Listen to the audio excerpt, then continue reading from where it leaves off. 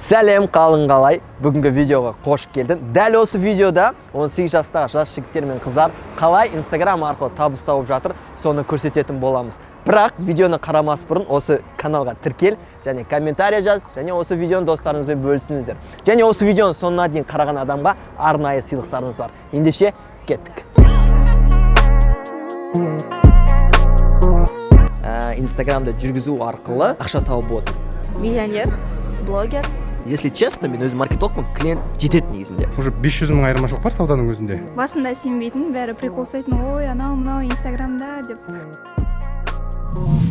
Инстаграм арқылы қалай бизнестерін жүргізу керек, сол арқылы консультация беремін. Біздің бірінші кейіпкеріміз есімі Сара, жасы 18-де болса да, қазір маркетинг саласында жұмыс атқарып жатыр. Осы маркетингті меңгеру арқылы, қазіргі заманның талабына сай білімді алу арқылы өзінің табысын тауып жатыр. Былай айтқан кезде кейбір кісілер 18 жаста мектеп оқып, енді жұмысқа кіріп жатса, бұл былай 18 жасында қомақты суммалар тауып жатыр. Былай айтқан кезде үлкен проекттермен жұмыс жасайды. Қазіргі таңда Шомбай бизнес скулда жұмыс жасап жатыр, сол жақта мобилограф және тағы да басқа қосымша проекттермен жұмыс жасайды.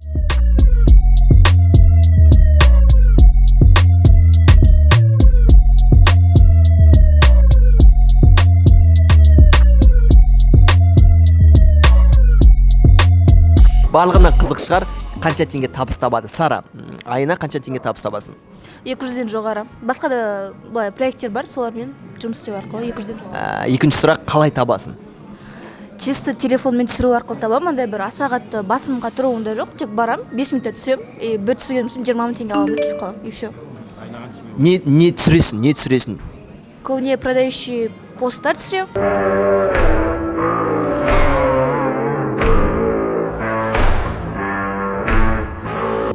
Поддаваться неудачам или учиться у них. Так что смелее, вперед! И стористер түсірем. И қазір кішкене сторис жағына қарай жүріп жатырмын. Чем маған сол қазір лучше болып тұр.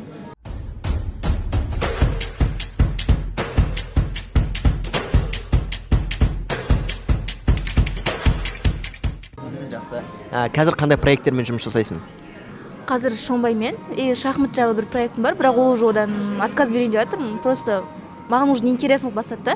Проект ол адамның жүрегіне жақын болу керек, сен оны түсіне білуің керек. И вот маған қазір ең жақыны Шомбай болып тұр, сонымен айналысып жатырмын. Ал былай қосымша сырттан келеді адамдар, маған түсіріп берші, осындай, и мен олардан бір түсіргенім үшін примерно 1 сағатта 30-40-тан жоғары тауып алып кетіп қаламын басынан, и все.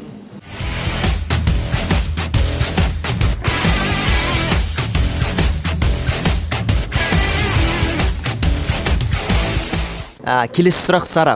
Жаңа айтқандай 200-ден жоғары табыс табасың, иә? Осы табыс табу үшін айына қанша уақыт жұмсайсың? Бірінші, жалпы, мен қазір Шомбайда істеп жатқан жұмысым маңдайда, сағат 11-де бастайды, кешкі сағат 7-де бітеді. Ол жерде андай бір нақты не жоқ та, сен осы уақытта кел, осы неде жүрсің. Мен 11-де барам, 7-де шаруам істеймін да, и мен одан кейін боспын. Не істеймін, өзім білем. Мен в основном көбіне суббота, воскресенье күні басқа проекттер шығам, и сөйтіп бір сағаттың өзінде примерно 30, минимум 30 табам ғой. Смело арқайын. И воскресенье шығам, мысалы кетсем, примерно 2 сағатта уже нормально ақша тауып келем. И ол маған кәдімгідей жетеді өзіме, арқайын жетеді. Сара, келесі сұрақ, бәрінде осында проблема, маркетингті меңгереді, Инстаграмды меңгереді, бірақ клиентті таппай жатырмыз деп айтады да. Но клиент, если честно, мен өзім маркетологпын, клиент жетеді негізінде. Енді саған сұрақ, клиенттерді қайдан табасың? Инстаграмнан өздері жазады. Окей, не үшін олар саған жазады? Негізі Инстаграмды еркін жүргізсен, реально клиентіне сенімдіретін жүргізе алсаң, өз Инстаграмда, онда любой клиент саған келеді, саған сенім артады. Сен өзіне Инстаграмда дұрыс жүргізесің. Өзінде атқарып жатырған жұмыстарында, проекттерінде Инстаграмға салып отырасың ба? Шынымды айтайын ба, мен проекттерімді салмаймын, мен чисто өзім жасаған, өзіме ұнаған видеоларымды өзім салып қоймын да, пост ретте. Сториске мен күнделікті қайда жүргенімді, барлық процестерін барлығын салып жүремін. И вот адамдар содан көріп келеді, андай сарафан кетеді да, мен мысалы тарихетке де жүріп көрген жоқпын өзімді деген сияқты ше. Сара, мынандай жағдай болды ма, что жұмыс жана көп дедің ғой, сол клиенттер келеді, Сара осы нәрсені істеп берші деп, сол кезде клиенттерге отказ жасаған уақытың болды ма? Иә, өте көп болды. Әркім арқалай, как-то бір клиент келеді, нормально ақша ұсынады, ол клиенттің жасап отқан жұмысы маған ұнамаса, мен қабылдамаймын, потому что ол өзіме ұнамайды, мен оны қалай жасаймын. тек өзіме ұнаған клиенттерді ғана аламын и все. Сара, келесі сұрақ, енді осы дәрежеге жеттің, иә, осы қызметтерді атқарып жатырсың. Енді келесі сұрақ, осы білімді қайдан алдың, қайдан үйрендің, вообще қалай осындай дәрежеге жеттің? Менде андай болды да, мен мобилографияны білдім да, но мен өзімді сата алмадым, адамды сату керек болды да. И инстаграмда жазғанда жаңа отказ келеді. И түсінгенім уже инстаграм жүргізу керек. Мен содан кейін сіздің курстарыңызға қатысып бастадым да, и бірінші тапсырма ол андай болды, сізде сторис жүргізіңдер деді, сториске салыңдар деді. Қолымда телефон 4 сағат отырдым, бір сторис 15 секундтық сторис түсіру үшін 4 сағат отырдым, прикинь. Я блин, как қиын ғой, мынау қиын ғой деп. Ну, блин, үйреніп кеттім. Сол инстаграмдағы сторис сабақтарын көру арқылы, ну, қалай жүргізу керек, соны жүргізгеннен кейін барып, клиентте маған келіп қосады. Яғни өзіңді сату. Иә, инстаграмда негізі ақша көп. Инстаграмды жүргізген нереально ақша көп. Сара, келесі сұрақ, сенімен қатар 18 жаста жас жігіттер мен қыздар не істеп жүр деп ойлайсың? Шынымды айтайын ба, білмеймін, мысалы, мен араласатын ортам группаластармен көбісімен араласпаймын мысалы. Просто олардың мышлениясы маған ұнамайды уже. Ну, как-то олар жейді. Не істейді олар, не істейді? Білмеймін даже, в основном байқайтын. Уақытын қалай жұмсайды? Өздері білмейді, мен де білмеймін олардың қалай уақытын жұмсайды, бірақ блин, андай өздеріне бір не қоя алмайды. Шагымен жүре алмайды, бір нәрсе қойып алда қарай. Олар ойлай ма, что осы маркетингті меңгеріп ақша табуға болады деп, оларда сондай бар ма? Ондай вообще жоқ, мысалы айтады, Сара, сен қалай ойлайды? Сен на халява табатсың дейді да. Блин, как? Жоқ, мен нормально заработать етемін. Бірақ қалай айтсам мен жауап бере алмаймын да олар. Түсіндіргенмен түсінбейді олар ше. Лучше давайте мен саған көрсетейін жасап, и саған ал десін. Олар үйренгісі келмейді. Неге үйренгісі келмейді? Не знаю, олардың ойынша 4 жыл диплом алып, сол жерде бір 60 000 теңге алып отыру керек. Мен не хочу, өйтіп 60 000 теңге 4 жыл оқисың, еще оны 3 жыл қайтарасың грантыңды. Зачем? Фриланс деген нәрсені көбісі түсінбеуі мүмкін. Фриланс деген қалай болады вообще? Фриланста жұмыс жасау. Фриланста жұмыс жасау, еркіндік. Ну, ұйқың келсе ұйықтайсың, барың келсе барасың. Адамдармен сөйлесесің, қаңғың келсе қаңғи. Блин, просто өмірдің кайфы ғой фриланс, и все. Андай сен біреу ешкім, өмірдің кайфы да, біреу сен ешкім істемейді, жаса, бүйт демейді, сен өзің жасайсың да, еркінмен. Егер де көп ақша тапқың келсе, соншалықты жұмыс жасайсың. Я, сен бір мамандықты меңгересің, сен мысалы сен мобилографсың, я, сен бір мамандық меңгердің, сен фриланссың. Сен өзіңге жұмыс жасайсың, я? Келсесің ғой. И сол арқылы сен өзің білесің, сен нешеде тұрасың, нешеде барасың, сен де бір определенный уақыт жоқ қой, осындай дегенде сияқты. Келсесің ғой. Я келсем, мысалы, маған ата-анам олар ауылда да, Ақтауда, и мен өзім Алматыда жүрмін. Олар айтады, Сара, сен қалай ақша табасың дейді. Мен мысалы оларға айына 150 мыңнан жоғары ақша жіберіп отырамын да. Қалай табасың дейді. Мысалы ақша шықпаса менен сұрайды да. На самом деле қарап тұрсам, қазір әке-шешем осынша жыл, мысалы 20 жылдан бері еңбек етіп жатыр, бірақ табатын ақшасы менікінен аз. Сондай парадокс бар, менде осындай бар. Қазіргі мен байқағаным, жастар өзінің ата-анасынан көп табыс тауып жатыр. Ненің арқасы? Әрине заманауи білімнің арқасы. Заманауи. Себебі қазір вообще өзгерді ғой. Поколение өзгерді, заман өзгерді. Заман талабына сай білімді алып, сол арқылы нормально ақша табуға болады. Сара, енді келесі сұрақ, бір жылдан кейін өзіңді қалай көресің вообще? В полном табыс жағынан өзіңді вообще қалай? Миллионер, блогер. Уже өзімнің бір бизнесім уже кішкене фундамент қойып бастаған уақыт елестетем. Саяхатшы как-то просто еркіндік и все, қалаған затын бәрі қолында, не алам, не жеймін, ештеңе уайымдамайсың.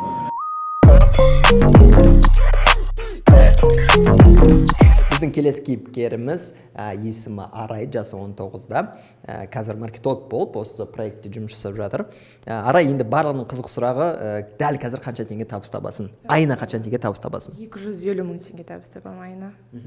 Дәл қазір қанша проект жүргізіп жатсың? Дәл қазір 2 проект жүргізіп жатырмын. Біреуі осы основной вендинговый бизнес, яғни торговые аппараты, және оның ішінде наполнительдер, сағыздар, ойыншықтар, доптар. Және екінші проектім ол стоматологическая клиника. Осы екі проектті жүргізіп, айына 200-ден астам табыс тауып жатырсың, иә? Және де SMM бойынша адамдарға консультация беремін, яғни олардың бизнестарындағы SMM-ді қалай дамыту керек, және ол арқылы Instagram арқылы қалай бизнестерін жүргізу керек, сол арқылы консультация беремін. Сол арқылы дәл қазір табыс тауып жатырсың, окей? Давай енді, Арай, дәл қазір сен қандай бұл бизнесте, қандай қызметтерді атқарасың? Бізге айта аласың ба? Бұл бизнесте, яғни біз торговый аппараттар сатамыз, оны сату үшін мен жарнама жіберемін, яғни таргетинг, оны мен Ернар мырзаның сабағына үйренген бойынша. яғни таргетинг беремін, және де сағыздар, бізде заводтан шығатын сағыздар болады. Мен таргетинг сағыздарға жіберген кезде завод шығарып үлгермей қалады сағыздарды. Арай тоқтата тұр рекламаңды деп айтады. Өте қуаныштымын солай жақсы істей алатыныма. Менің яғни басты міндетім бұл жаққа поток алып келіп тұру, клиенттерді әкелу, иә? Жарнама, реклама жіберу арқылы клиенттерді әкелу. Инстаграм арқылы оларға толық ақпарат жеткізіп, олардан номерларын алып, контакты алып, ол жақта менеджерларға отдел продажға беріп отыру. Сенің қызметің сол, иә. Тағы да көрсете аласың ба вообще? Бар заттар бар ма? Инстаграм парақша немесе сайт па, бір нәрселер бар ма? Көрсете аласыз ба? Адамдар сайтқа кіреді, осы сайт арқылы оларға осы нәрсе аппараттарды осылай сатып алады, сайт арқылы және Инстаграм арқылы. Таргетке реклама жібересіздер, и потом ссылкасын осы нелерге қоясыздар, иә? Көрсете бер.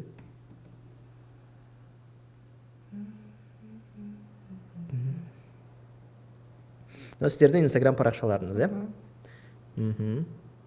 Осылардың барлығына өзің жауап бересің? Өзім жауап берем барлығына. Келесі сұрақ, Арай, осы жаңа табысты табу үшін айына қанша уақыт жұмсайсың? Вообще, осы жаңа проекттерді жүргізу үшін, сурет салу үшін, реклама жіберу үшін қанша уақыт кетеді? Өте көп уақыт кетпейді. Таңертең мен офисқа келемін, примерно түске дейін жұмыста отырамын. Күнімнің жартысын немесе жартысынан сәл көп бөлігін алады. Көбінесе офиста отырмайсың, иә? До обеда келіп отырасың, содан кейін өзің как-то еркін әрбір жерде жұмыс жасай беруге болады. Маркетологтың негізі мынандай ғой, не обязательно офиста отырып, ол там кафеде отырып, бір жерде отырып жұмыс жасай берсе болады, солай ма? Иә, өте дұрыс. Маған сонысымен ұнайды маркетинг. Бір жағынан еркіндік, бір екінші жағынан ол жақсы табыс табуға болады. Творчестволық жұмыс. Қалай ойлайсың, қазіргі сенімен қатар жастар не істеп жүр деп ойлайсың? Сенің жасың қазір 19-да, иә? Қалай ойлайсың, олар немен айналысып жатыр?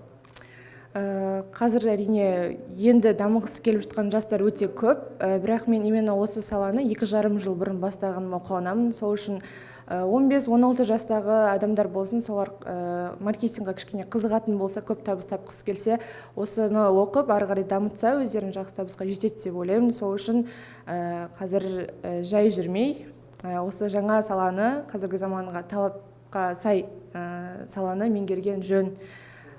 Қазіргі жастар соған үйреніп келе жатыр деп ойлаймын. Жақсы. Сенімен қатар жастар не істеп жатыр? Мысалы, сен 19 жастасың ғой, сен кішкене бір саналы тұрғыда осыған келдің. Тағы да сенімен қатарлас достарың бар шығар, иә? Олар не істейді? Менімен қатарлас достарым бар. Олар ойлай ма осы маркетингті меңгеру арқылы табыс табуға болатынына сене ма? Шын айт бірақ. Өте аз сенетіндері. Қазір көбісі универде оқып жүр. Мысалы, мен достарыммен жиналған кезде мен сыныптастарым бір группада оқығандар айтады: мә, сен тезірек оқып алып бастап кеттің, иә, осыны біз әлі жүрміз, оқығым келмейді, әке-шеше маған оқу төлеп жатыр, бірақ маған ұнамайды оқуым деп жатады. Ал мен өзім жоғарғы оқу орнына түскен жоқпын, өзім қалаған жоқпын, маған диплом керек болған жоқ, себебі мен маркетингті үйреніп алдым және ол арқылы жақсы табыс таба алатыныма сенімді болдым. Менің қатарластарым әлі солай жүргендері де өте көп, сол үшін сенбейді, табыс табуға болатынына қатты сене қоймайды, себебі ойлайды 4 жыл оқып, содан кейін жұмысқа кіру керек еді. Не факт ол жұмысқа кіре ма, кірмей ма дегендей сияқты. Сондықтан да сенің қазіргі табыс таба отырған ең басты себебі ол заманауи білім. Келісесіз ғой? Заманауи білім арқылы сен қазір өзіңнің қалаған суммаңды табуыңға болады ғой. Арай, өзіңді бір жылдан кейін қалай елестетесің вообще? Материальны табыс жағынан вообще қалай елестетесің? Табысың қанша теңге болады деп ойлайсың? Табысым как минимум реалистично қарағанда 500 мың минимум болады деп ойлаймын. Бір жылдан кейін? Бір жылдан кейін. Және де осы компания болсын, осы компанияда мысалы отдел маркетинга жоқ. Мен сол отдел маркетинганы құрып, директор по маркетингу болғым келеді. Арай, енді осы қызметтерді қазір жасап жүрсің, иә? Енді бәріне сұрақ қой. Көбісі енді бұл қабілет қой. Келсесің, осы қабілетті қай жерден және неден қалай үйрендің, қалай бастадың? Мен көп уақыттан бері осы Ернар Мырзаның Инстаграм парақшасынан қарап жүрдім. SMM бойынша үйренгім келді, қызығушылығым артты. Содан кейін Ернар Мырзаның Салам Инстаграм курсына қатысамын деп шешім қабылдадым. Қатыстым және оған еш өкінген жоқпын. Себебі менің үйренген нәрсем көп. Мысалы, Инстаграм арқылы қалай бизнесті жоғары табысқа жеткізуге болады, таргетинг, контент план құру, қалай стористарды қалай қызықты етіп түсіру, қалай қызықты пост жазу, соның барлығын осы Салам Инстаграм курсынан үйрендім. Жақсы, тамаша.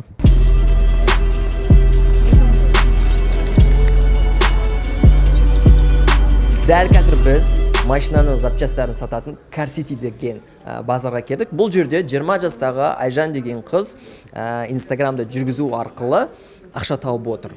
Коврикке, қарапайым коврикке Инстаграм жүргізу арқылы. Давай бәріне қызық сұрақ, Айжан сразу бастап кетейік. Айына қанша теңге табыс табасың? Дәл осы саладан 250 мыңнан жоғары табамын. Жақсы. Осы салада қандай қызметтер атқарасың? Бұл коврик сатады, мен көріп тұрғандай. Не істейсіздер? Инстаграм арқылы қалай нәрсе жасайсыздар? Реклама жібересіздер ме, не істейсіздер? Полный маркетинг саласын басқарамын. Мен маркетинг, яғни клиент алып келу, упаковка барлығын мен басқарамын. СММщикте таргетологтарға тапсырма беріп отырамыз. Сен бұл проектке жауап бересің, бұл проекттің полный клиентіне қанша клиент келу керек, қанша түсу керек, қанша лид түсу керек былай айтқан кезде. Солай ғой, сенің қасында тағы қанша адам бар? 2 адам бар тағы да. Сол Инстаграмды, интернетті жүргізеді менімен бірге. И нені жүргізетін? Дұрыстап нақтылап айтып кетсең, кім не істейді? Так, бізде Инстаграмда СММщик маман бар. Ол X'тен тоже клиент келеді, арасында таргетологтар жалдаймыз. Айжан, бұл жерде көріп тұрғандай ковриктер, осы ковриктерді сіздер Инстаграм арқылы сатасыздар, солай ма? Басқа да OLX арқылы, маркет арқылы, колесо арқылы басқа жақтарда клиенттер келеді. Осында өзіміз тігіп, индивидуальный заказ бойынша клиенттерге ұсынамыз, ал басқа қалаларға доставка арқылы жеткізіп жатырмыз. Дәл қазір біз жаңағы коврик сататын бизнестің иесімен кездесіп отырмын. Ассалаумағалейкум, есімім Ернар болады, сіздің есіміңіз? Айбол. Айбол мырза. Жаңа айтқанымдай, біз Айжан сіздің бизнесіңіздің жаңағы маркетинг бөлімін басқарып жатыр екен. Жаңа өзімен де сұхбаттастық, өзінің қызметтерін, жұмыстарын айтты. Енді Айжанның жұмысы бөлек, ол өзі жасаған, жаңа айтты. Нәтиже көрсетіп жатырған. Енді сізге сұрақ, Айжанның жұмысы сізге қалай вообще ұнап жатыр ма, пайдасын тигізіп жатыр ма сіздің оборотқа вообще, соны ашық айтсаңыз. Жалпы Аллаға шүкір, негізі жастармен жұмыс істеген жақсы ғой, негізі постоянно креатив болады, идеялары новый болады. Жалпы жарнамамен өзімде айланысқаннан негізі 5 жылдай болды.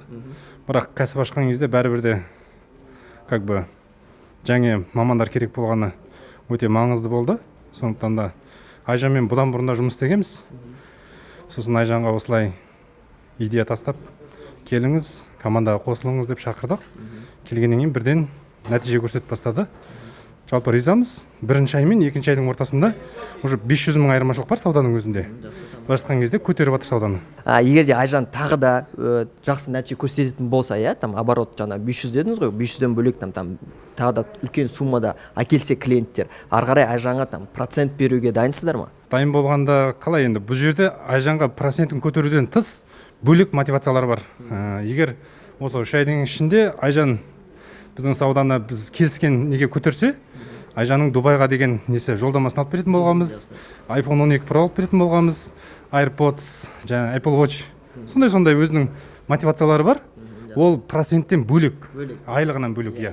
Ақша бөлек, тағы да қосымша осындай нәрселер бар. Қосымша осындай өзінің жалпы рахметтерін айтып отыратын боламыз. Айжан, келесі сұрақ, сен жасың 20-да, сенімен қатар достарың, таныстарың бар шығар, группаластарың бар. Сен қазір университетте оқып жатсың ба өзің? Қай университетте оқып жатсың? Казгуда оқимын.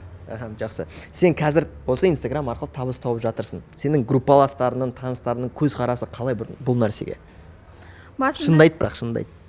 Басында сенбейтін, бәрі прикол ұстайтын, ой, анау Инстаграмда деп. Ал қазір уже результат көрсетіп, уже карантинде более басқаларға қарағанда, наоборот, зарплатамыз түсіп кетпей, наоборот, көтеріліп кеткеннен кейін бәрі не істеп жүрсің, немен айналысып жүрсің деп уже қызығушылық таныта бастады. Жақсы. Сенімен қатар жас жігіттер мен қыздар қазір не істеп жүр? Білмеймін, бос жүрген шығар, бір жерде либо жалданып жұмыс істеп жүрген шығар, олар андай стабильный зарплатаға жұмыс істеп жатыр. Олардың ойлау қабілеттері қалай? Сен көп араласасың ғой енді, сен сол өзің шынайы айта бер. Оларға стабильный зарплата болса болды, олар дейтін дамуға особо желаниясы жоқ сияқты. Көзқарастары жоқ, Бірақ сен өзінің кругың бар шығар, сондай бір дамығысы келетіні сондай кругта. Орта өте қатты әсер етеді деп ойлаймын. Конечно, өте қатты әсер етеді.